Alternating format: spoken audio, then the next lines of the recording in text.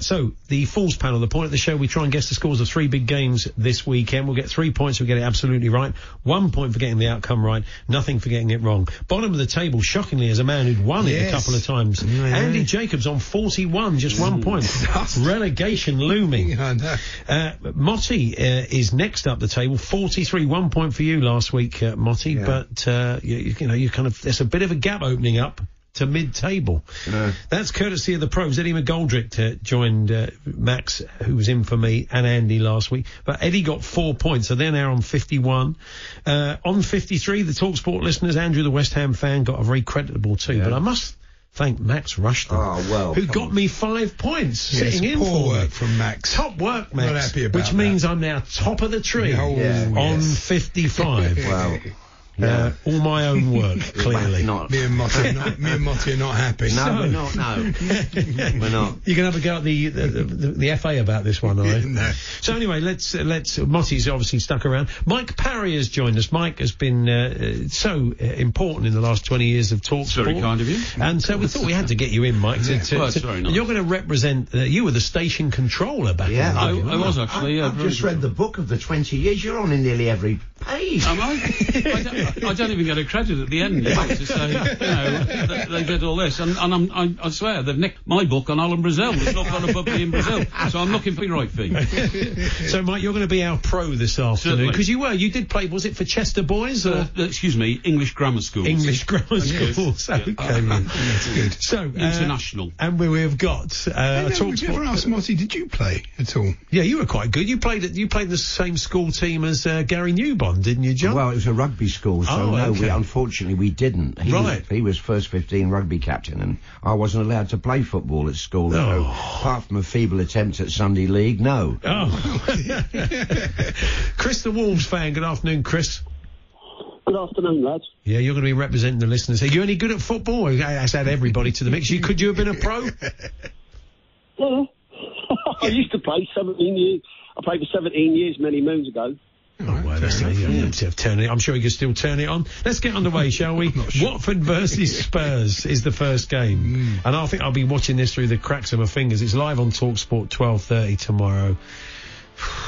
It's going to be a tough game, this. Watford are flying. Jose has said today that Christian Eriksen will play tomorrow. For goodness sake. I mean, they're a physical, big side, strong side, and that midfield's going to be hard enough to win anyway, let alone with the bloke who thinks he's going on Monday. Don't tackle me! Not the legs! Not a good idea. Please, just move this whole process on. He shouldn't be anywhere near the first team at the moment till he goes.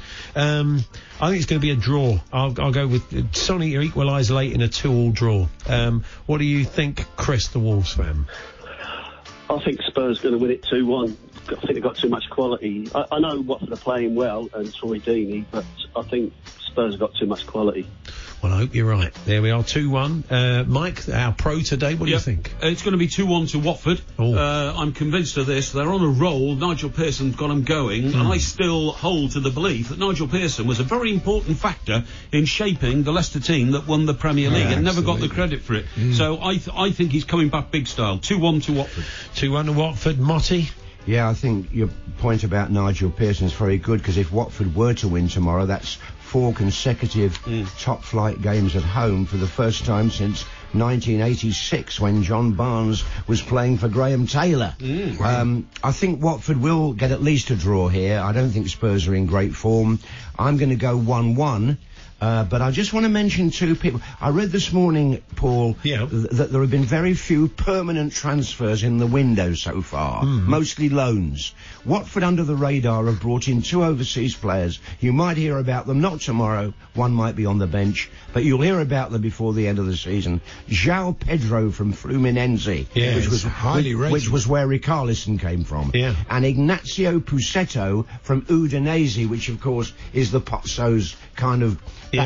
So I just think I'd add that, but I think tomorrow, what did I say, 1-1? 1-1? Yeah, go on then, 1-1. Danny Rose will be on Google tonight looking them up, won't he? What do you think, Andy? I do think Watford will win this. So they're just in better form than Tottenham. Tottenham, and it's going to be a physical game. I fancy 1-0. It'll be tight game. 1-0. 1-0. Okay. TalkSPORT listeners home in the car. Your turn to have a go. So next up, West Ham versus Everton. Motti, you will be there. Mike, work commitments mean you won't. No, unfortunately I won't. No. Maybe it's just as well because Richarlison's not playing. Apparently, we've just discovered from Carlo Ancelotti. Yes. But I'll kick us off. West Ham Everton. It's a tough old game to call this. Oh, I'm going to go for the draw. I'm going to go for a combative 1 each. And how do you see it, Crystal Wolves fan? Same as you, mate. 1-1. 1-1. Okay. Yeah, it does look favourite. Mike, your team, I'm sure you're pleased that Ancelotti's there, but it's not going to happen overnight, is it? It's not going to happen overnight, but we have a momentum, all bar that horrible Liverpool result. Everton will continue on their own good fortune tomorrow, and they will beat West Ham at West Ham, who are now controlled by our former manager David Moyes, by 3-1. Wow, very, very confident. Motti, are you that confident for Everton? No, this is the David Moyes derby. You're quite right, and it might even involve Darren Randolph, who now has gone to West Ham as a goalkeeper. No Richarlison, as you said. In fact, David Moyes, since leaving Everton in 2013, has lost 5 of his 6 games against them. Yes. And I think he's going to lose another one. Yes, I'm going to go for the Hammers. Excellent. 2-0. 2-0 to Hammers. Andy, what do you think? I think West Ham can win this, yeah. No. The more you back West Ham, the more confident I am it's not going to happen, honestly. So I said to John, excellent, thank you. You keep picking West Ham back in West Ham. I'll go 1-0 to West Ham. You're going 1-0 to West Ham. Well done, Andy. Okay. TalkSPORT listeners home in the car. And our final game is the big one. We're having a chat with Paul Ince about it earlier on. Liverpool versus Manchester United. And... yes, Rashford's key to Paul was telling us that he's heard that Rashford's looking very doubtful, and he is so important to him. They do raise their game, but I can see him getting maybe the shot with their own gun, caught on the break when they're 2-1 down. I'm going to go, sorry, United fans, I'm going 3-1 to Liverpool. Chris, the Wolves fan, what do you think? I think Liverpool to win 2-0. 2-0, okay. Mike, what would you like to see? I think this could be a really surprising result. I think Manchester United, if they're going to get anything out of their season, have got to now target big results against very big teams. You see what I mean? Yeah. I think they'll put everything into it tomorrow. I'm going to go right off the radar and predict a 3-3 draw at that Cool, blimey. Okay. What a game. You have quite an accumulator from your 3 games, I reckon, Mike. Yes, exactly. You want goals? Come to the Portmeister, right? Well, Motti, what do you reckon? Well, United are the only team to have taken points off Liverpool in the league, aren't they? A 1-1 draw at Old Trafford. Adam Lallana had to rescue Liverpool with a late equaliser. In fact, 6 of the last 8 meetings of these two have ended either 0-0 or 1-1. Yeah. So... and by the way, a little bit of history for you. The last time United travelled to Anfield with Liverpool top of the league, Pete Sampras had just won his first Grand Slam, and Saddam Hussein had recently occupied Kuwait. Really? Wow. So it was 1990, and Peter Beardsley scored a hat-trick in a 4-0 home win. Wow. I think it'll be 1-1. 1-1, okay. You know what? I think I'm going to go with Motti. You mentioned that Liverpool could lose at some point, but I don't think it'll be Sunday. And I think that United had a tough game in the week against Wolves, but I still think they'll do enough. I think they'll get a 1-1. 1-1 draw, okay. TalkSPORT listeners home in the car. There we are. Thank you, Chris. Have a great weekend. All the best. Yeah, cheers, lads. There we are.